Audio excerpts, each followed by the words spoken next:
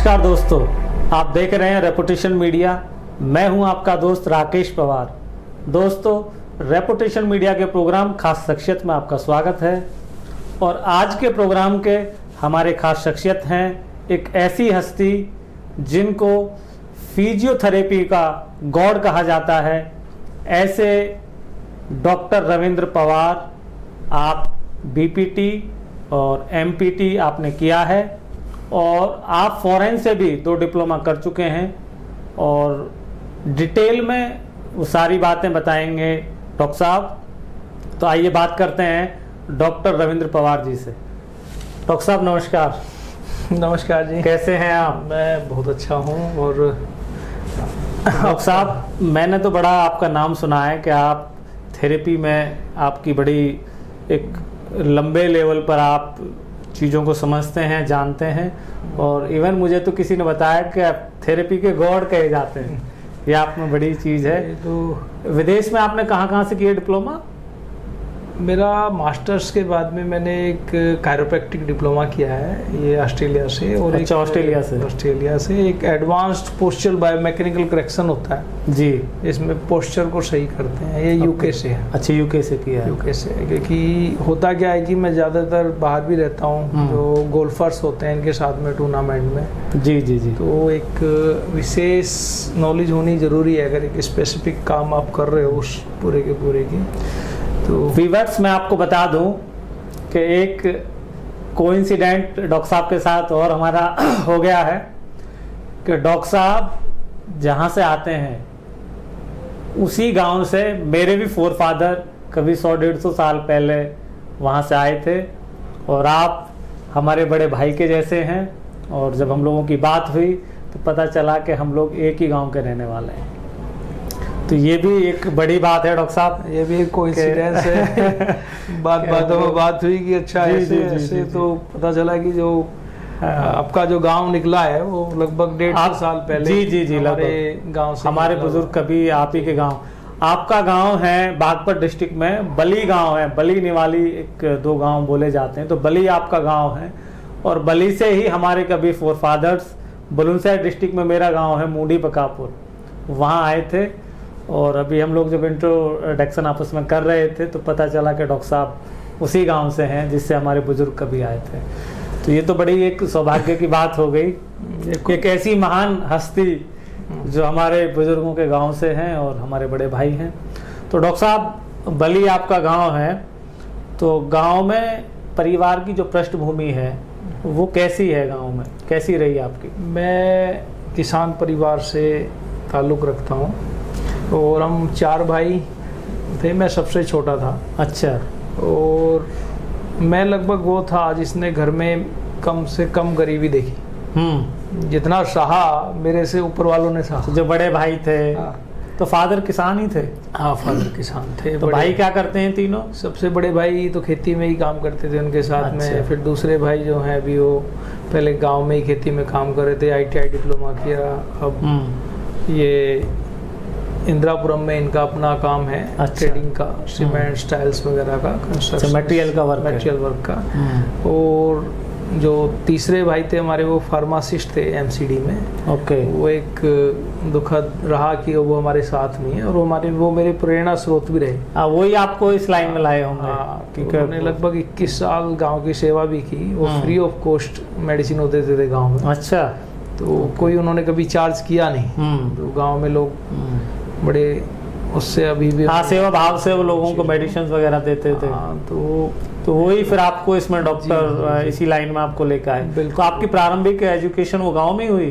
प्रारंभिक एजुकेशन गांव में हुई। एक बहुत अच्छा ये रहा कि हमारा जब गांव डेवलप हो रहा था तो गांव में एक पब्लिक स्कूल गांव वालों के ही हेल्प से वो एक संगठन से बन गया था। काफ़ी अच्छा स्कूल, सरदार पटेल स्कूल। अच्छा, सरदार पटेल स्कूल। और काफ़ी बढ़िया पढ़ाई लिखाई का वातावरण वहाँ था। जी जी। वहाँ से निकल करके फिर DAV इंटर कॉलेज स्टडी 9-10। तो उसके बाद में फिर मैं इंग्लिश मीडियम में आ गया था दिल्ली। दिल्ली में कहाँ से आपने? Delhi Gandhi memorial school Shahdara. तो वहाँ से आपने ग्रेजुएशन किया? क्या किया? नहीं, 11th-12th। अच्छा, 11th-12th मीडियम से चेंज करके 10th के बाद आप हाँ इंग्लिश CBSE में आ गए? क्योंकि वो एक दौर था कि आप अगर कोई कोर्स करना चाह रहे हो मेडिकल वगैरह, तो आप हिंदी मीडियम से उतना आगे नहीं ग्रो कर सकते। वो चेंज तो 10th में आपको ये फील हो गया था कि मुझे मेडिकल में जाना है? फील था, पर आप ये बोल सकते हो कि फील होने से तो कुछ नहीं होता। नहीं, एक फिर भी एक चॉइस होती है कि भाई मुझे मेडिकल में जाना है, तो 10th के बाद हम लोग ग्रोइंग करना स्टार्ट कर देते हैं कि भाई कौन सी हमें साइड लेनी है, क्या सबसे अच्छी चीज इसमें राकेश भाई क्या थी, हमारे पास विकल्प नहीं थे जी। क्योंकि जब आप एक ऐसे दौर से गुजर रहे हो ना, कि गरीबी के दौर से गुजर रहे हो, किसान परिवार में सब लोग मिडिल फैमिली से ही होते हैं, आपके पास विकल्प नहीं होते। जी जी जी। तो एक मजेदार चीज यही होती है, जब आपके पास विकल्प ना हो तो आपके ग्रोथ जो है वो अनएक्सपेक्टेड होती है, अनएक्सपेक्टेड होती है, और ऊपर वाला जहाँ ले जाकर के छोड़ दे, तो उस तरह से है। फिर BSc botany honours Dayal Singh college में मैं कर रहा था। फिर डीयू के कॉलेज में चले गए? डीयू में सिलेक्ट हुआ, तो उसके बाद में वो बेंगलोर में जो सिलेक्शन हुआ बीपीटी में। अच्छा, तो फिर मैं बीपीटी वहाँ से की 5 इयर्स का कोर्स, देन 1 ईयर जो है इंटर्नशिप पुणे में रही मैक्सिमम, और उसके बाद में मास्टर्स किया। फिर जो अभी आपसे डिस्कस हुआ था कि ऑस्ट्रेलिया से डिप्लोमा किया कायरोप्रैक्टिक में, फिर एडवांस पोस्चरल बायोमैकेनिकल करेक्शन में किया यूके से। तो वो एक कंटिन्यूइंग जो एजुकेशन है वो छोड़ी नहीं। तो ये तो आपका मेडिकल का 7-8 इयर्स का लगभग रहा होगा, क्योंकि अराउंड आप मान के चलिए 8-9 इयर्स का एक पीरियड रहता ही है आपको। हालांकि इसमें सीखने की कोई उम्र नहीं होती। हाँ नहीं बिल्कुल, लेकिन फिर भी एक 8-10 साल का टाइम आपको ना, एक बैचलर और फिर मास्टर्स और फिर डिप्लोमा, तो टाइम काफी लग जाता है। वो एक समय लगता है जो धीरे धीरे आपको लर्निंग देता है, उससे ज्यादा पेशेंट आपके लर्निंग देते हैं। बिल्कुल बिल्कुल, अलग अलग केसेस आते हैं। दोस्तों मैं आपको बता दूं कि डॉक्टर साहब इंडिया के अंदर फिजियोथेरेपी की जितनी भी एडवांस टेक्नोलॉजी की मशीन है सबसे पहले आप लेकर आते हैं, और इनके जो इनका अपना कंपनी है या जो फर्म है उसका नाम भी advanced physiotherapy and rehabilitation centre. मतलब इन्होंने नाम भी ना एडवांस्ड ही रखा है, और एडवांस टेक्नोलॉजी के साथ ही आप पूरा वर्क करते हैं। और कहीं ना कहीं इसमें ऑस्ट्रेलिया और यूएसए वाला जो दोनों है, बिल्कुल बिल्कुल उनका योगदान रहा होगा, क्योंकि आप वहाँ रहे। नई टेक्नोलॉजी ये रहता है कि एक भावना ये रही कि हमें बेस्ट टू बेस्ट करना है। क्योंकि जब मैं ग्रेजुएशन किया तो लकीली जो मेरा पहला जॉब था वो गवर्नमेंट में सिलेक्शन हुआ। अच्छा, आपका गवर्नमेंट में सिलेक्शन भी हो गया था? NIVH Dehradun, national institute of visually handicap Dehradun. उसके बाद एक R&R का एक रेफरल सेंटर था, रिसर्च सेंटर, उसके अंदर सिलेक्शन हुआ। अच्छा, बट एक थोड़ा सा ऐसा रहा कि यार गवर्नमेंट जॉब थोड़ी सी नहीं करनी है। 2 बार आपका सिलेक्शन हुआ? हाँ, क्योंकि आपको ओवर रिलैक्स करती है कई बार, तो मतलब कि सबका अलग अलग व्यू होता है। जो थॉट था जहाँ पहुँचना था आपको, वो गवर्नमेंट जॉब में आपको लग नहीं रहा था कि यार ये कुछ ऐसे ही मतलब ज़्यादा हार्ड वर्किंग है नहीं। पॉइंट ऐसा था कि जब से ज्वाइन किया मैंने, सेकंड जॉब जो ज्वाइन की, तो एक बड़ा सा कमरा था, कह रहा ये आपका कमरा है, इधर आपको बैठना है। उसमें एक टेबल पड़ी हुई थी, 1-2 मशीन, कमरे में जाले लगे हुए थे। मगर यहाँ से तो भैया कुछ होने वाला है नहीं।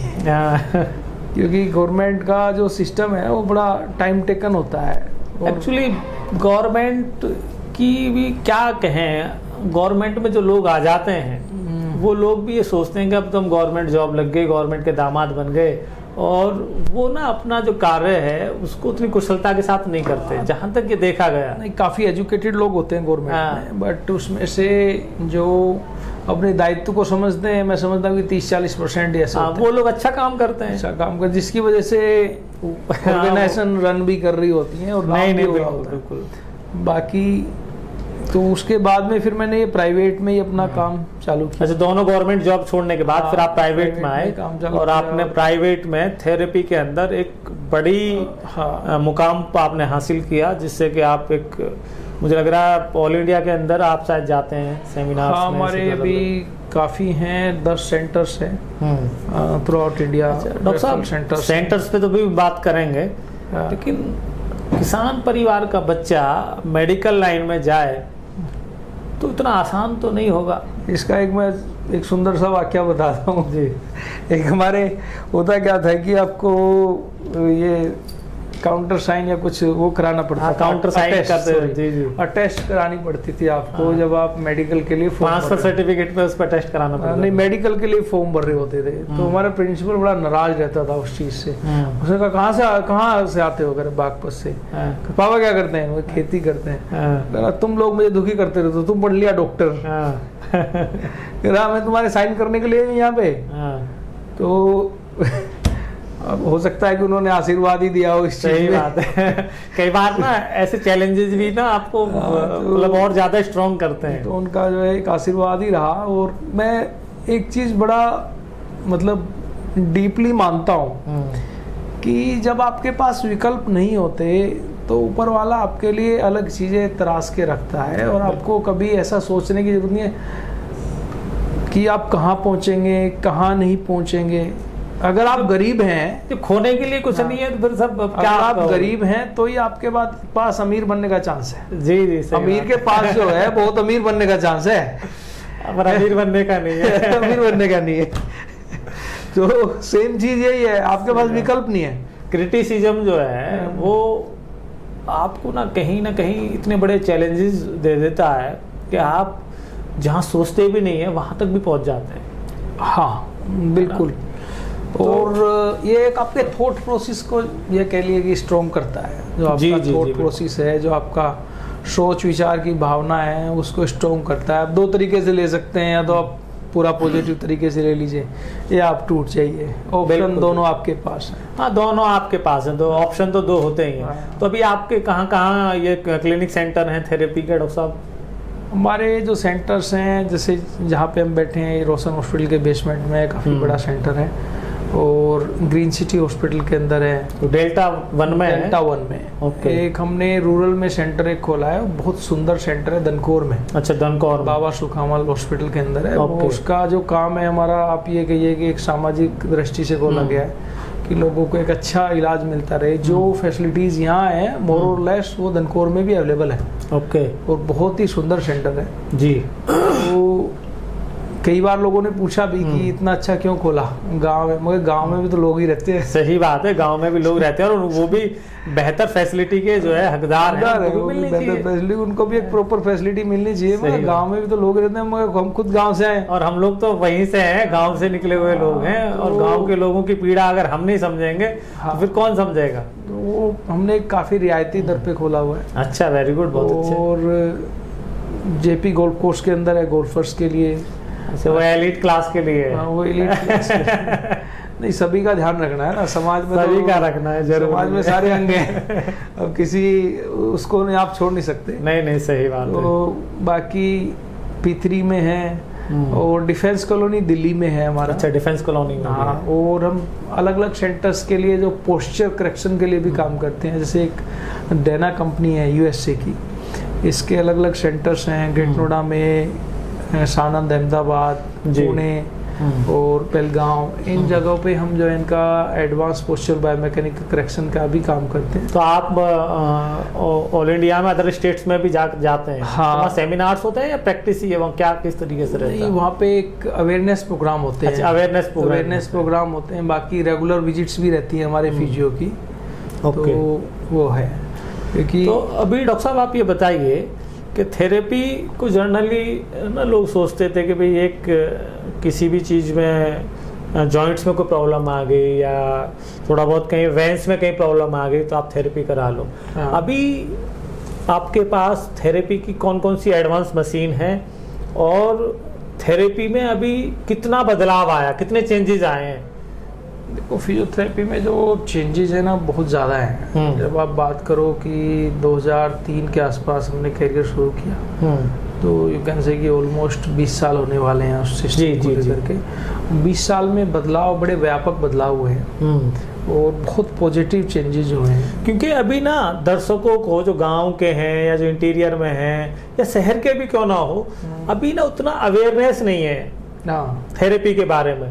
तो आप थोड़ा सा ना दर्शकों को एक डिटेलिंग में ऐसा बताइए। एक तो अपनी मशीन टेक्नोलॉजी के बारे में बताइए, दूसरा टेक्नोलॉजी के साथ साथ बॉडी के अंदर किन किन चीज़ों पे थेरेपी जो है इफेक्टिव है। ये 2 चीज आप बताइए फिर आगे। अगर आप इसको डिफरेंट पार्ट्स में डिवाइड कर सकते हैं फिजियोथेरेपी का कि कहाँ कहाँ पे रोल है। जैसे कि आप ऑर्थोपेडिक पार्ट्स जितने भी हैं आपका, जी, joint pain, muscles pain, sciatica, slip disc, कंधा जाम हो गया, एडी में दर्द है, घुटने में दर्द है, कमर दर्द है, कुछ भी इस तरह के सभी दर्द में अच्छे से काम करती है प्रॉपरली। और न्यूरोलॉजिकल केसेस हो गए, पैरालिसिस का हो गया, अच्छा नीरो में भी काम करता है? न्यूरो में काम करता है। फेस के पैरालिसिस अब बहुत कॉमन हो रहे हैं, ज़्यादातर छोटे बच्चों में भी आने लगे अभी जी। तो फेशियल पैरालिसिस हो गया, बॉडी का पैरालिसिस हो गया, या जो अपंग बच्चे हैं जो चल नहीं पा रहे, तो उन सारे के सारे उनमें भी इफेक्टिव है मतलब काफ़ी। उनमें आप मान के चलिए कि 70% जो निदान होता है रोग का, वो फिजियोथेरेपी के द्वारा ही होता है। मतलब आप फिजियोथेरेपी अगर वहाँ से हटा दें जी, तो वो एक बेड रिडन कंडीशन में ही रहेगा। तो बड़ा मतलब बड़ा पार्ट है थेरेपी हाँ, का, बहुत बड़ा पार्ट है। डॉक्टर साहब ये मैंने देखा बहुत सी महिलाओं में ना, ये हाथों में पैरों में उनके चीस होने लगती है, और वो मतलब जैसे बड़ी सो जाते हैं हाथ ना, वो ब्लड सर्कुलेशन कम हो जाता है। ये क्या प्रॉब्लम है इसके बारे में? ये जो नॉर्मल आप डे टू डे की समस्या है हर घर में कि भैया ये दर्द हो रहा है, वो दर्द हो रहा है। तो जो रीजन फीमेल्स में ज़्यादातर फीमेल्स ज़्यादा शिकार होती हैं इसके। जी जी जी जी। उसमें कई कारण हैं। एक तो जो फीमेल्स हैं वो माता के रूप में आप मान लीजिए जी, तो उनका काम घर के अंदर सेवा का इतना होता है कि वो सबसे पहले बाकी लोगों का ध्यान करती हैं, अपना ध्यान नहीं दे पाते। तो अपने को एक तरह से वो पीछे लेकर के चली जाती हैं उस चीज में कि पहले इसके लिए, फिर इसके लिए, फिर इसके लिए।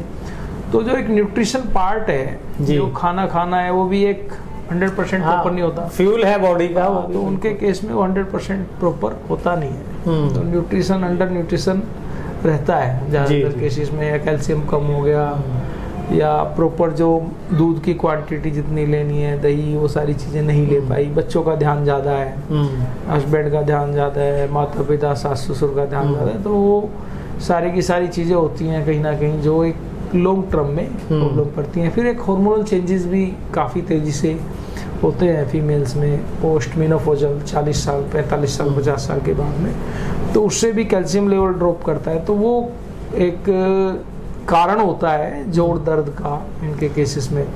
दूसरा, एक जो दिनचर्या होती है उसके साथ साथ व्यायाम ना करना, वो भी एक समस्या है। हाँ बिल्कुल, योगा तो बहुत फैक्टर है। मेरे पास में जाते रहते हैं, मैं तो पूरे दिन काम करते हैं वो काम को योगा समझ लेते हैं। आप पूरे दिन काम कर रहे हो तो इसका मतलब आप शरीर से काम ले रहे हो, मैं शरीर को क्या दे रहे हो?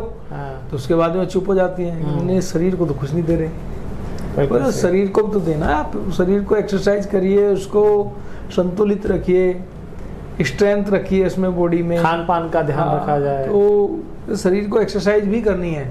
अच्छा, ये जो चीज वाली बात मैं कर रहा था, इसमें क्या ब्लड सर्कुलेशन का भी रहता है क्या हाथों में? कुछ हाथ में या पैर की बात? सर्कुलेशन का नहीं रहता इसमें। आप बेसिकली जो जैसे सुन्न हो गए हाथ, देसी भाषा में गांव में बोलते हैं नसों में दर्द हो रहा है। हाँ, सुन्न, जैसे सुन्न भी हो जाते हैं। तो 2 तरह की नस होती हैं, जो एक तो ब्लड सर्कुलेशन वाली नस होगी, दूसरी होगी जो हमारी नर्व होती हैं। नर्व होती है, तो उनको भी देसी भाषा में नस ही बोलते हैं। तो वो जो मसल्स में सप्लाई देती है करंट की, जिससे हाथ पैर जो मूव कर रहा है, तो इसको मूव करने के लिए ब्लड की जरूरत नहीं है, इमीडिएटली ब्लड चल रहा है, बट मूवमेंट के लिए नर्व की जरूरत है। तो कई बार नर्व दब जाती है, गर्दन में नर्व दब गई।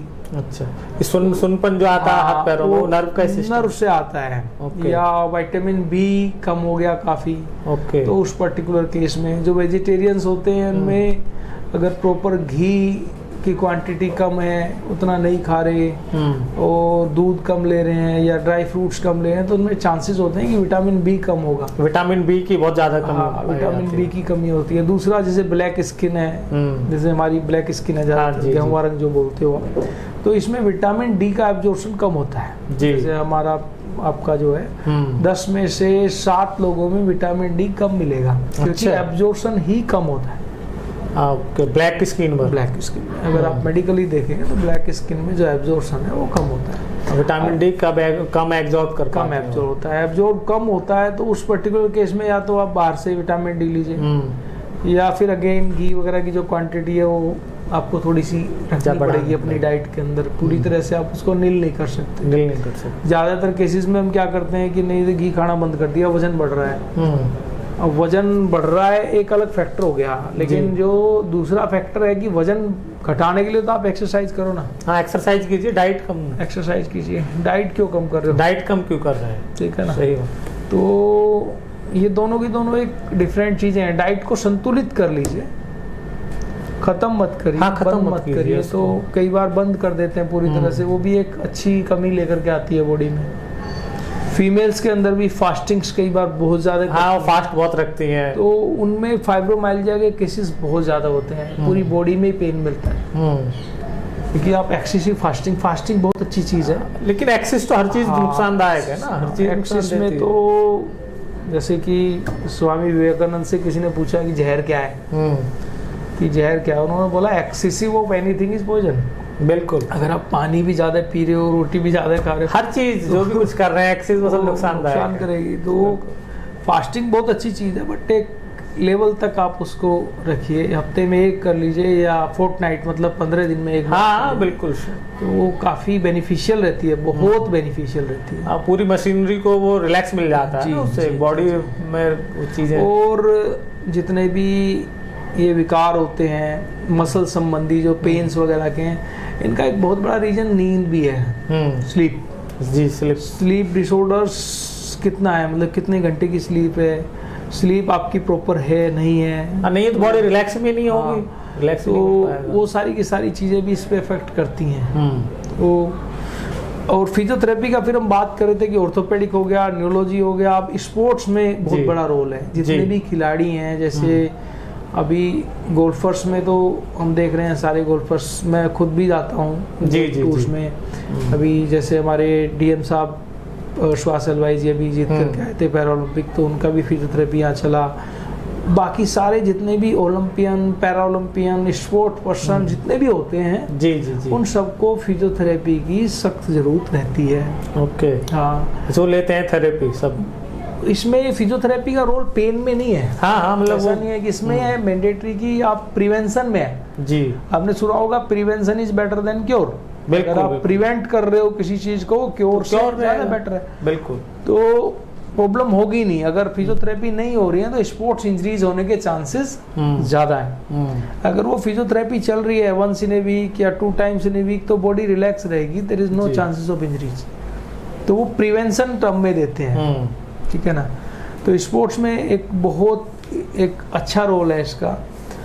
जितने भी देश हैं जो खिलाड़ी उनका चलता है, उसमें उनकी टीम में एक फिजियोथेरेपिस्ट जरूर होता है। ओके। पहले आप देखते थे क्रिकेट में होता था, फिर धीरे धीरे फुटबॉल में हुआ। अब each and every sport person they need a physiotherapist. अगर उसको प्रॉपर परफॉर्म करना है तो फिजियोथेरेपिस्ट साथ में होना जरूरी है। जी। या एक फिजियोथेरेपी की कंटिन्यूएशन होना जरूरी है। हालांकि अब टूर्नामेंट्स में सारी की सारी कंट्री उसको अवेलेबल कराती हैं, तो ये एक रोल रहता है। जी। तो स्पोर्ट्स हो गया, न्यूरो हो गया, ऑर्थो हो गया, जीरियाट्रिक पॉपुलेशन। जीरियाट्रिक होगी आपकी 60 साल। जीरियाट्रिक क्या मतलब, ये क्या है? ये ओल्ड एज के लिए। अच्छा, ओल्ड एज 60 साल से ऊपर अगर आप पहुंच रहे हैं तो आपकी मसल्स थोड़ी सी वीक होने लगती हैं। ओके। क्योंकि उसमें से हमारे 10% बुजुर्ग ही ऐसे होते हैं जो अपना खास ध्यान रखते हैं। जी जी जी। और काफी एक्सरसाइज करते हैं और जवानों से बेहतर दिखते हैं। हाँ, बिल्कुल श्योर। बट 90% आबादी ऐसी होती है जो अपना ध्यान नहीं रख रही होती है, तो वो तेजी से डेटोरेट करती हैं, मसल्स वीक कर रही है। यूरिनरी इनकॉन्टिनेंस का इश्यू आ जाता है कि यूरिन के लिए जा रहे हैं और टॉयलेट में पहुंचने से पहले ही जो है यूरिन पास कर गया, तो ये एक बेसिक इश्यूज डेवलप हो जाते हैं कि ये मसल स्ट्रेंथ कम होने लगती है, वीक हो जाती है वो उसको ना। ये इसमें जीरियाट्रिक फिजियोथेरेपी चलती है फिर। अच्छा। इसमें मसल स्ट्रेंथनिंग कराते हैं और यूरिनरी इनकॉन्टिनेंस के लिए अलग से फिर ट्रीटमेंट देते हैं, एडवांस ट्रीटमेंट होता है उसके लिए। अच्छा, जिनको जो बुजुर्ग हैं ओल्ड एज में, जिनको टॉयलेट जो है ड्रॉप करके आता है, उनके लिए क्या है? उनके लिए भी सेम मसल स्ट्रेंथनिंग का ही रहता है। अच्छा, वो भी वही प्रॉब्लम है? हाँ, मैं भी आपको अभी डिस्कस कराऊंगा, दिखाऊंगा आपको मशीन उसके रिगार्डिंग कौन सी यूज होती है। तो उन सब के रोल काफ़ी अहम है उनके जीवन को बेहतर बनाने के लिए। जो फिजियोथेरेपी है ये आपकी क्वालिटी ऑफ लाइफ बेटर करती है। जी जी जी। ठीक है ना, क्वांटिटी का तो आपको पता नहीं है, क्वांटिटी होगी कि आप 100 साल जियोगे, हाँ नहीं या तो बिल्कुल 70 साल जियोगे या 50 साल जियोगे। तो जो फिजियोथेरेपी का जो काम है that is quality of life. Sports में भी जो यूज कर रहे हैं that's increase the quality. Life आपकी कम हो लेकिन बेटर होनी चाहिए। अब लाइफ आपकी ज्यादा है और बॉडी आपकी सही काम नहीं कर रही है तो ज्यादा से कंसर्न क्या है? अब तो हम और आप भी समझने लगे इस बात को कि क्वालिटी ऑफ लाइफ जो है अभी मैं आपको बताऊं, एक मुंबई से एक प्रोड्यूसर अभी आए थे मुझसे मिलने, अशोका में वो ठहरे हुए थे, तो हम अशोका पहुंच गए, तो मीटिंग होने लगी, तो वो मैंने उनको देखा, उम्र होगी करीब 40 से नीचे ही होगी, ज़्यादा एज थी नहीं। श्रीमान जी का ना पूरा बॉडी स्ट्रक्चर हिला पड़ा था। अब हम लोग थोड़ा सा मेडिकल लाइन में इन सब चीज़ों में रहे हैं तो थोड़ा सा हमें वो चीज़ें हो जाती हैं। तो बोला अरे यार सर पैसे कमाओ, अरे सर ये करो वो करो। तो मैं ये सोच रहा था कि यार ये आदमी पैसे के पीछे अब दौड़ लगा रहा है और बॉडी की पूरी बैंड बजी पड़ी है। भाई जिस चीज को पैसा जो आप कमा रहे हो, जब बॉडी ही नहीं रहेगी तो उस पैसे का क्या करना है? भाई उपभोग तो शरीर से ही करोगे ना किसी भी चीज का, और जब शरीर ही सही नहीं है तो पैसे का क्या मतलब रह गया? सही बात है। इम्पोर्टेंस, पहला सुख तो निरोगी का आया है ना भाई, बुजुर्गों ने पहले ही बोल दिया। बिल्कुल। तो ये चीज लोग इसको ना अभी क्या करते हैं, क्योंकि फ्री में मिली है ना हमें, इसकी इम्पोर्टेंस हम लोग इसलिए नहीं समझते कि ये फ्री में मिली है। ये तो आपने सही बोला, जो फ्री की चीज है उनको तो हम पूरी तरह वेस्ट करते हैं। हवा देख लो, हमने कहीं की नहीं छोड़ी, हवा बिल्कुल पूरी पोल्यूशन कर दिया, पोल्यूटेड कर दिया। पानी आप गांव में समरसेबल आपका चलता ही रहेगा, बिजली चलता ही रहेगा। मतलब नेचुरल रिसोर्सेज जितने भी हैं उनका हम इतना दुरुपयोग कर रहे हैं, और हम अपनी बॉडी, जिस बॉडी के लिए हम सारा कुछ करते हैं पूरी लाइफ, उस बॉडी का ध्यान नहीं रखते। रामदेव बोल रहे थे उसमें प्रोग्राम में, बहुत पहले मैं देख रहा था, बोले भाई पूरी लाइफ ना आदमी पैसा कमाता और फिर क्या करता है वो, जब पैसा कमा लेता फिर वो बिना चुपड़ी रोटी खाता है, बिना ऑयली वो सब्जी खाता है। तो रामदेव बोले भाई अगर ये सूखी रोटी ही खानी थी तो भाई ये इतना आडंबर करने की क्या जरूरत है? ये तो झोपड़ी में ही खा रहा था, कम से कम शरीर तो सही रहता। अब पूरे शरीर बेकार कर लिया, पैसा कमा लिया, अब तू सूखी रोटी खा रहा, तो फिर पैसे कमाने का मतलब क्या रह गया? पैसे कमाने का मतलब तो तब तो बढ़िया घी खाए, बढ़िया मिठाई खाए, बढ़िया चीजें खाए तो पैसा समझ में आ रहा। पैसा कमाने के बाद वो सब चीजें तो रही नहीं, पैसे का मतलब क्या रह गया? पैसा कमा के नहीं खाई जा सकती। तो बेसिकली उसमें हम कई बार ये कर जाते हैं कि फिटनेस को तवज्जो नहीं देते। हाँ, फिटनेस को तवज्जो नहीं देते हैं। हालांकि पोस्ट कोविड लोगों में रुझान बढ़ा है फिट रहने का, फीमेल्स में भी बढ़ा है, मेल्स में भी बढ़ा है। तो ये फॉरेन कंट्री है ना, वहाँ पॉपुलेशन भी कम है, वहाँ लोग अवेयर भी ज्यादा है। वहाँ आप देखो ना, बुजुर्ग लोग भी कितना वो करते हैं। हमारे यहाँ बॉडी को लेकर ना इतना अवेयरनेस लोगों में है नहीं, और कुछ लोगों में है तो वो करना भी नहीं चाहते। नहीं, ये इस बात से मैं सहमत नहीं हूँ आपके। ये तो सबको पता है कि सुबह घूमने जाने से शुगर नहीं होगा, ब्लड प्रेशर नहीं होगा, ये सबको पता है। बिल्कुल सबको पता है। अगर आप किसी को भी ले लो और उससे पूछना चालू करो तो आपको वो 10 लाइन लिख के दे देगा। नहीं, वो ये कहेगा ज्ञान दे रहा है कि क्या फायदे हैं, खुद दे देगा लिख के, लेकिन करेगा नहीं। अब बात वही आती है ना, बोले जी ये ज्ञान दे रहे हैं, ये ज्ञान हमारे पास भी है। भाई तुम्हारे पास ज्ञान होने का फायदा क्या है जब उसको यूटिलाइज ही नहीं हो रहा? भाई ज्ञान होना और यूटिलाइज करना दोनों ना डिफरेंट चीज है। बिल्कुल।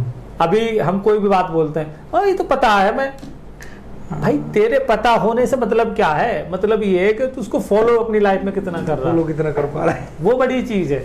तो लोग नहीं कर पाते। नहीं, मेन तो वही है कि आप उसको जीवन में उतार भी पा रहे हो या नहीं उतार पा रहे हो। अब आप हमारे जो व्यूवर्स हैं, जो दर्शक हैं, उनको एक मैसेज आप दीजिए कि भाई वो अपने दिनचर्या, अपनी बॉडी, अपनी चीज़ों पर कैसे ध्यान रखें, और फिजियोथेरेपी का इतना बड़ा रोल आपकी लाइफ के अंदर है कि आप इमेजिन नहीं कर सकते। तो थोड़ा सा आप बताइए उनको। मैं आपको 2-3 टिप्स इसमें देना चाहता हूँ। एक तो आप अपने पोस्चर का ध्यान रखें। अब जो ज़्यादातर समस्या आ रही है ना, वो मोबाइल बहुत बड़ी समस्या क्रिएट कर रहा है जी। आप अगर इस तरीके से यूज़ कर रहे हैं मोबाइल को, आपकी आंखों के सामने है, तो ये जो आपका हेड का वेट होता है ये 5 किलो होता है जी।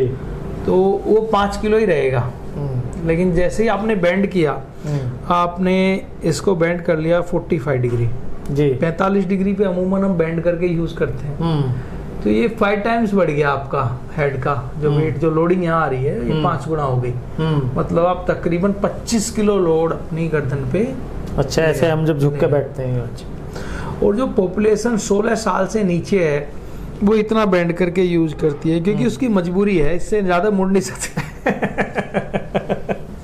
पर जो वजन जो गर्दन पे आ रहा है वो 6 टाइम्स हो गया, अब 30 किलो हो गए। 30 किलो हो गया। और कई बार तो मतलब अफसोस भी होता है, गुस्सा भी आता है। कई माँ बाप बोलते हैं ये मेरा पोता है, ये मेरा बेटा है, ये यूट्यूब बहुत अच्छी चला लेता है। मैं कहा जी आइंस्टीन नहीं हो गया ये। मैं कहा ये तो अब सबके सब अभिमन्यु ही आ रहे हैं, इतना तो सीख के आ रहे हैं, बट आप इसको दूर रखें इस चीज से, नहीं तो ये एक प्रॉब्लम इसमें रहेगी रहेगी। तो ये एक पोस्चर सबसे पहले जो है, मोबाइल का पोस्चर मेंटेन जरूर करें। एक पोस्चर का एक वीडियो भी हम उसमें शेयर करेंगे आपको, ताकि आप लोग स्वस्थ रह सकें। क्योंकि अगर आप कुछ अच्छा नहीं कर सकते तो जो आपके पास है उसको तो खराब मत करो। सबसे पहली जो मैं बात कर रहा हूँ प्रिवेंशन की बात कर रहा हूँ कि प्रिवेंट करिए। जी जी जी, ठीक है ना, कि आप उसको खराब मत होने दीजिए। हाँ, जो चीज है उसको तो सही रखिएगा, उसको सही रखिए। तो नेक को सही रखना है, सेम चीज़ बैक को भी आपको सही रखने की ज़रूरत है इसमें। और अब आप दूसरा करेक्शन पे आते हैं, तो करेक्शन में आप फिर एक्सरसाइजेस करनी ज़रूरी है। एक्सरसाइज, हाँ, करेक्टिव एक्सरसाइजेस करनी ज़रूरी है। क्योंकि जैसे जो मैं आपको अभी बताया था मोबाइल का, तो आपको लगभग 30% पॉपुलेशन ऐसी मिलेगी, अगर आप पूछेंगे उससे कि भैया साउंड इरिटेशन है, मतलब आवाज़ से चिड़चिड़ापन है, तो कहेगा हाँ। आंखों को बर्फारीपन है, अगर हाँ। कान में कोई से में खुली और हाँ हो रही है। चक्कर आते हैं, अगर हाँ आए थे या आ रहे हैं, ठीक है, या बहुत पहले आए थे। सिर दर्द हाँ रहता है, अरे ये तो मेरी मम्मी को भी रहता है, ठीक है ना। मम्मी के रीजन हो सकते हैं कि नेक बेंड करके काम करने का काफ़ी चीज़ होती हैं। और अब तो महिलाएं झुक के काम करती हैं, लेकिन आज की डेट में ना तो मोबाइल का चलन महिलाओं में भी बहुत ज़्यादा हो गया। ऐसा नहीं है कि गांव देहात में भी सभी के पास मोबाइल है ना, अब सब लोग इसी में हैं। पूरा एकदम अच्छा जोर पकड़ लिया है उसने। हाँ, तो बिल्कुल पूरा का पूरा है ही। तो प्रिवेंशन हो गया, करेक्शन, फिर एक्सरसाइजेस करनी बहुत ज़्यादा ज़रूरी है। कुछ भी नहीं करनी है तो आप 20 से 30 मिनट एक्सरसाइजेस ज़रूर करें। ऑक्सीजनेशन के लिए प्राणायाम 5 से 10 मिनट भी कर लेंगे तो बहुत बड़ी बात है, ठीक है ना? तो वो करना जरूरी है। तो एक प्रिवेंशन हो गया, एक करेक्शन हो गया। ऑल ओवर आपका कहना ये है कि शरीर जो है, आपकी जो बॉडी है, उसके प्रति अवेयर रहना बहुत जरूरी है। हाँ। और योगा, 3 चीजों में आप काम कर सकते हैं, प्रिवेंशन, करेक्शन, सपोर्ट। प्रिवेंशन हो गया, आप पोस्चर खराब नहीं होने देंगे। करेक्शन के लिए आप एक्सरसाइजेस करेंगे, व्यायाम करेंगे। सपोर्ट के लिए आप जो अपना आहार है, जो न्यूट्रिशन है, उसको संतुलित रखें, खान पान को सही रखें, संतुलित रखेंगे। क्योंकि हमारा जो जीवन है ना, ज्यादातर मैं देखता हूँ औपचारिकता में ही चला जाता है। कि आप मेरे पास आए, मैंने कहा राकेश जी चाय लीजिए, तो आपका मन नहीं है पीने का, मेरा भी मन नहीं है पिलाने का, यार इसको एसिडिटी करेगी, है ना। लेकिन फॉर्मेलिटी में क्या होता है, मैं भी पी रहा हूँ और आप भी पी रहे हैं, और आपने 75 कैलोरी ले भी ली। अब 75 कैलोरी आप अगर बर्न करना चाह रहे हैं तो आपको 2 किलोमीटर चलना पड़ेगा, जो आप चलेंगे नहीं। तो कहीं ना कहीं मैं भी दोषी रहा ना उस चीज के लिए। अब कल्चर वो ऐसा बन गया ना, आप कल्चर जो है वो हम लोग ऐसी चीजें देने लगे जो बॉडी के लिए हार्मफुल है। मतलब चाय नहीं या जो भी चीजें हैं वो अब एक्सेस जब मिलेगी तो वो नुकसान ही देनी है ना। वो जानबूझ के तो कोई नहीं दे रहा, जानबूझ के नहीं, प्रोटोकॉल बन गया ना, शिष्टाचार बन गया। अब शिष्टाचार में आपको आप मना भी नहीं कर सकते, और मना भी कर दिया तो अगला आदमी सोचता है यार इसने तो पी नहीं, तो फिर उसको बड़ा रिक्वेस्ट करना, भाई मुझे चाय नुकसान देती है, ऐसा नुकसान दे, तो फिर क्या पिलाएं, दूध पिलाएं आपको या कोल्ड ड्रिंक पिलाएं। अब कोल्ड ड्रिंक और भी ज्यादा नुकसान, चाय दे दे।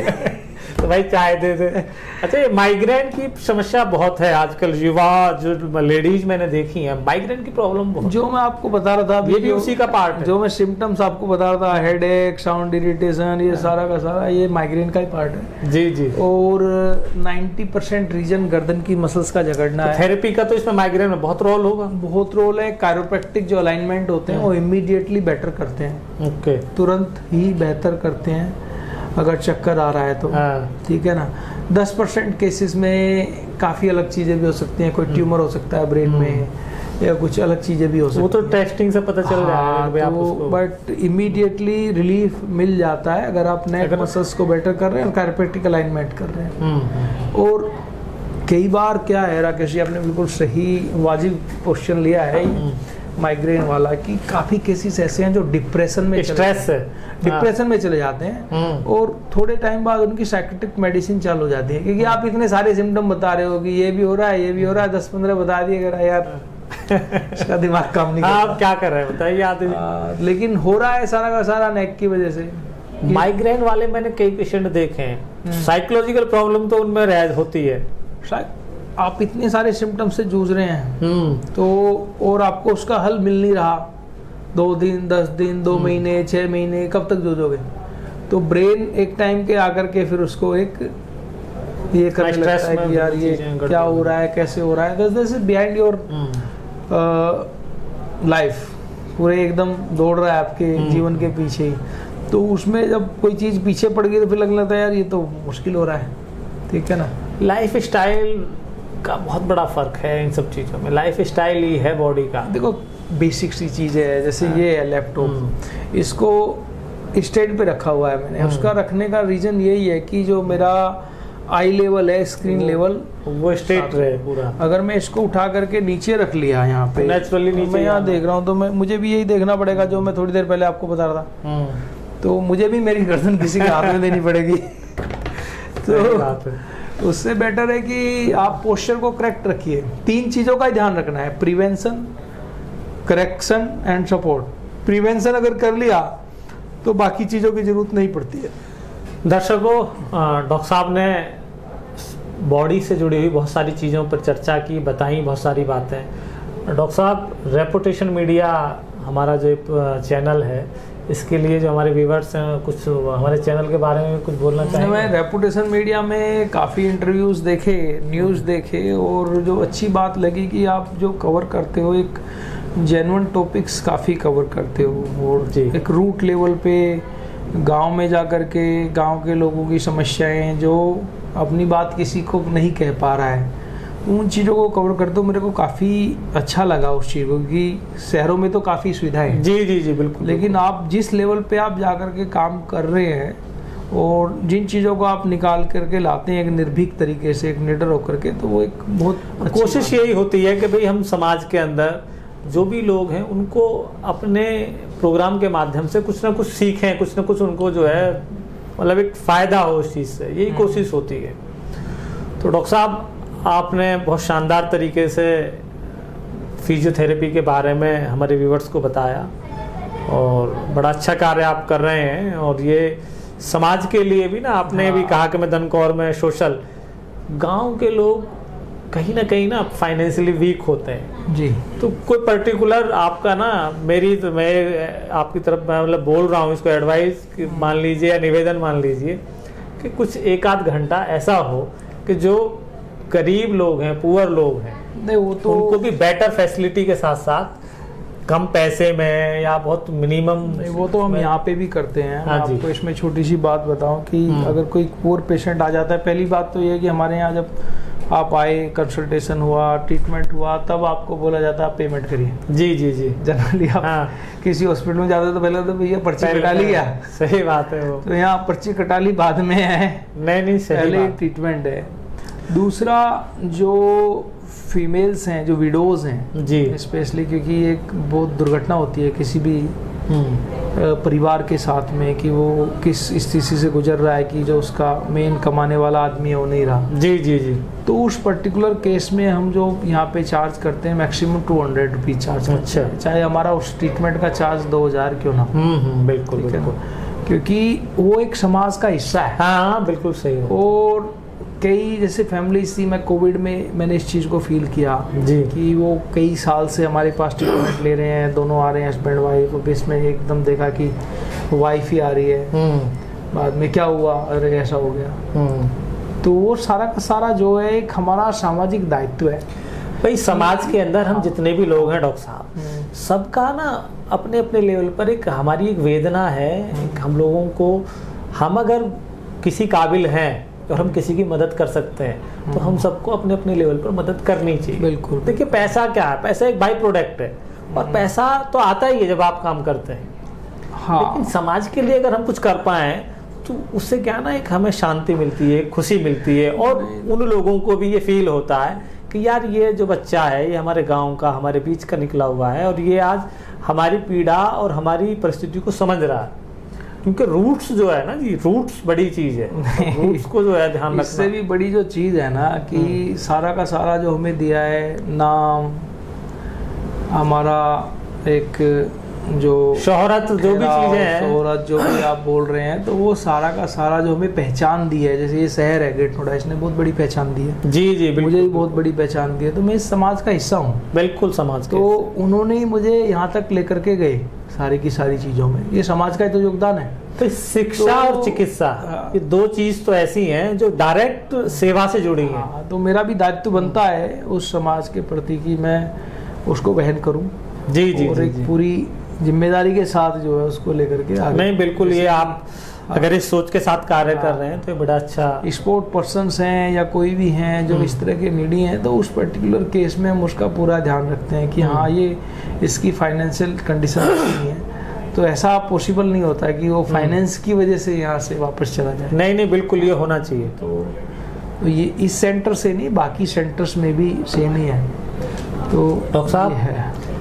जब आप मानवता के लिए काम करते हैं ना, तो ईश्वर और लोग आपको खुले मन से, खुले विचारों से सपोर्ट करते हैं और पूरी कायनात ना आपके साथ खड़ी हो जाती है। बिल्कुल, आपका दिमाग भी संतुलित हाँ, रहता है, और एक बिल्कुल। मानसिक संवेदनाएं अगर आपके अंदर नहीं है, मानवीय संवेदनाएं, तो मुझे नहीं लगता कि आप मतलब ही नहीं है ना कुछ कर पा रहे हैं। बिल्कुल बिल्कुल भाई, आप जिस प्रोफेशन में हैं, अगर उस प्रोफेशन में समाज के लिए कुछ नहीं डिलीवर कर पा रहे हैं, अपने लिए तो फिर सभी कर रहे हैं ना, सभी करते हैं। अब हमारे यहाँ पे मैं आपको थोड़ा सा मशीन्स के बारे में एक ओवरव्यू कराऊंगा। जी जी जी। जो मशीन्स हम यूज कर रहे हाँ, हैं, मशीन तो आप बता रहे थे कि ऑल इंडिया में सबसे पहले जितनी भी हाई टेक्नोलॉजी की जैसे मशीन लेजर थेरेपी इंडिया में आई, क्लास 4 लेजर थेरेपी, तो 2012 में पहली जो लेजर मशीन थी वो हमारे यहीं पे लगी। जी जी। और मतलब ग्रेट नोएडा के लोगों को उसका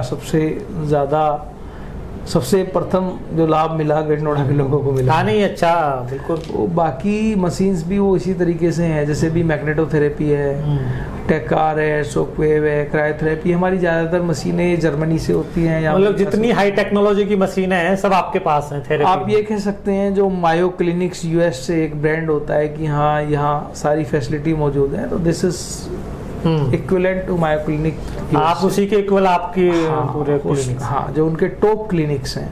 मैं जी जी जी। बेसिक क्लिनिक्स की बात नहीं कर रहा, जो उनके टॉप क्लिनिक्स, उनके बराबर की फिजियोथेरेपी चिकित्सा आपको यहाँ पे मिल रही है। जी जी जी। और जो मेरा असेट्स है वो सबसे ज़्यादा है मेरा स्टाफ, जो लोग मेरे साथ में काम करते हैं। मेरा मैक्सिमम काम होता है इन लोगों को ट्रेन करना। अच्छा, अभी कितने लोग काम कर रहे हैं आपके पास? अभी 54 लोग हैं जो हमारे साथ में काम कर रहे हैं। ये भी बड़ा अच्छा, आप 50-52 लोगों, 55 लोगों को काम दे रहे हैं, ये बड़ी। नहीं, मैं नहीं दे रहा हूँ, ऊपर वाला दे रहा है। करने वाला तो ऊपर ही है, हम लोग तो माध्यम है। माध्यम है। लेकिन मध्यस्थता भी कर रहे हैं तो बड़ी चीज है। तो वो सारा का सारा उसी का खेल है जो भी है। बाकी जो मेरा असेट है, जो मेरी सबसे बड़ी पूंजी है, तो ये वो लोग हैं। नहीं नहीं बिल्कुल, मेरे साथ में कंधे से कंधा मिला करके काम कर रहे हैं। तो चलिए डॉक्टर साहब, आपने बहुत महत्वपूर्ण जानकारियां हमारे दर्शकों को दी और दर्शक उसका लाभ लेंगे, तो इसके लिए आपको एक तो बहुत बहुत बधाई के पात्र हैं आप, कि आपने एक गांव से निकलकर और एक फिजियोथेरेपी के क्षेत्र में कितना बड़ा मुकाम हासिल किया, तो उसके लिए आपको बहुत बहुत बधाई। तो दोस्तों, आप देखते रहें रेपुटेशन मीडिया। मैं हूं आपका दोस्त राकेश पवार। नमस्कार। Thank you.